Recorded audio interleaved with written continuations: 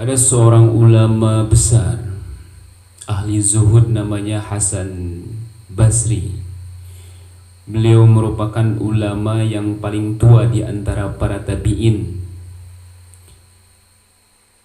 Beliau mengatakan, Anil Hasanil Basri rahimahullah, innahu qala, beliau mengatakan, inna fasadal qulub sittatu asya. Sesungguhnya kerusakan hati manusia itu disebabkan ada 6 perkara.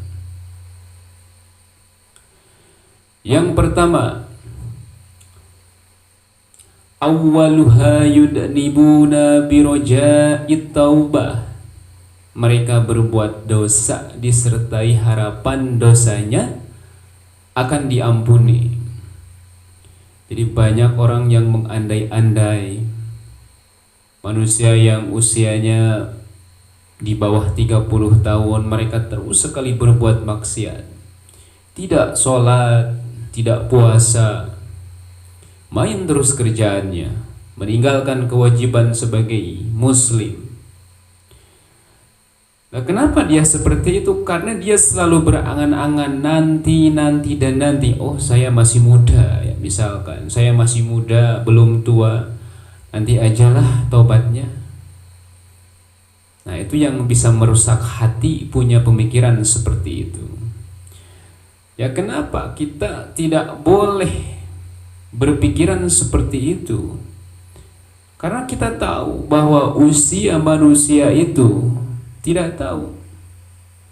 Yang muda, yang tua pasti mati. Ya, bahkan ada lagunya.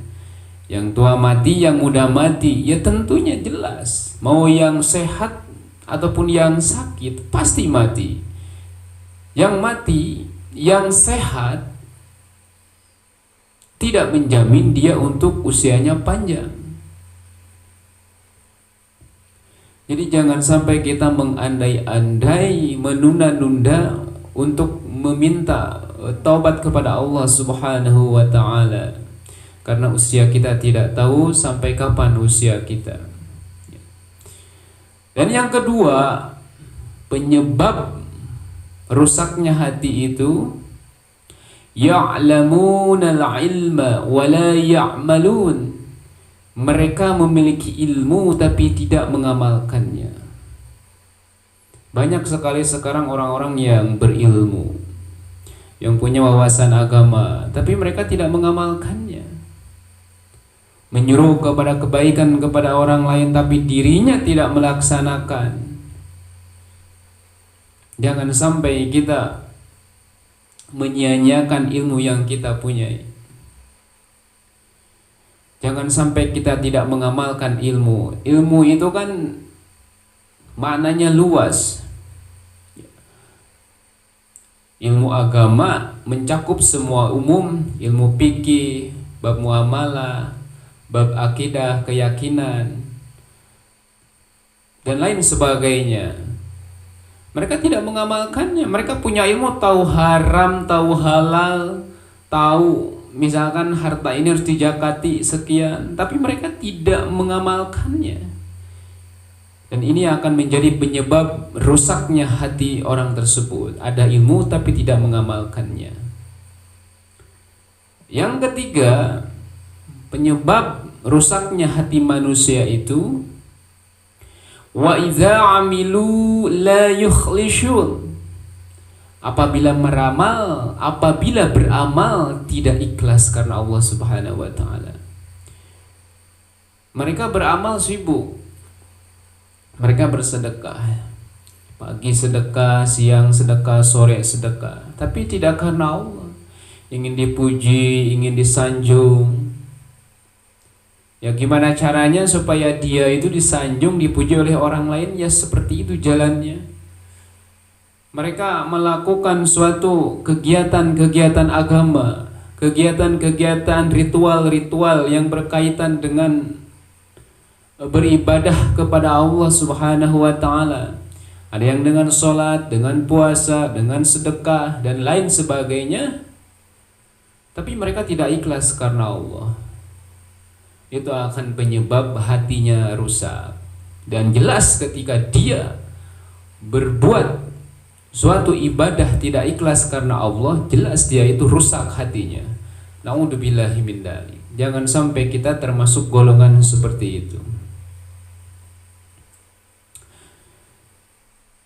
Jadi kalau kita mau diterima suatu ibadah itu, ikhlaskan dulu dalam hati kita. Itu tidak menjadikan hati kita rusak ataupun mati. Yang keempat, wa ya'kuluna rizqallahi wa la yashkurun. Mereka memakan rezeki Allah tapi tidak bersyukur. Mereka memakan rezeki Allah. Mereka tidak bersyukur kepada Allah Subhanahu wa taala. Anda dikasih gaji misalkan sehari 50.000, tetapi Anda masih kurang bersyukur kepada Allah. Masih merasa kurang, masih selalu menyalahkan Allah. Contoh, hidup kok gini-gini, terus mau sampai kapan hidup kayak gini ya? Allah kok kayaknya kurang adil sama kita. Itu bisa menjadi kufur itu. Tidak bersyukur atas pemberian Allah kepada kita. Itu termasuk rusaknya hati ya. Ada juga orang yang sibuk mencari dunia, dikasih rezeki, tapi sampai dia meninggalkan sholat, meninggalkan kewajiban, itu juga termasuk rusaknya hati, dan dia jelas sudah rusak hatinya. Karena salah satu manusia yang tidak bersyukur itu adalah ketika dia mendapatkan rezeki Allah tapi dia tidak melakukan sholat, sama itu juga termasuk kekufuran dan ketidaksyukuran. Bukan level kekufurannya, tapi tidak syukur itu. Maksudnya seperti itu. Yang kelima, wa ma yar'auna biqismatillah. Mereka tidak ridho terhadap pemberian Allah. Mereka tidak ridho.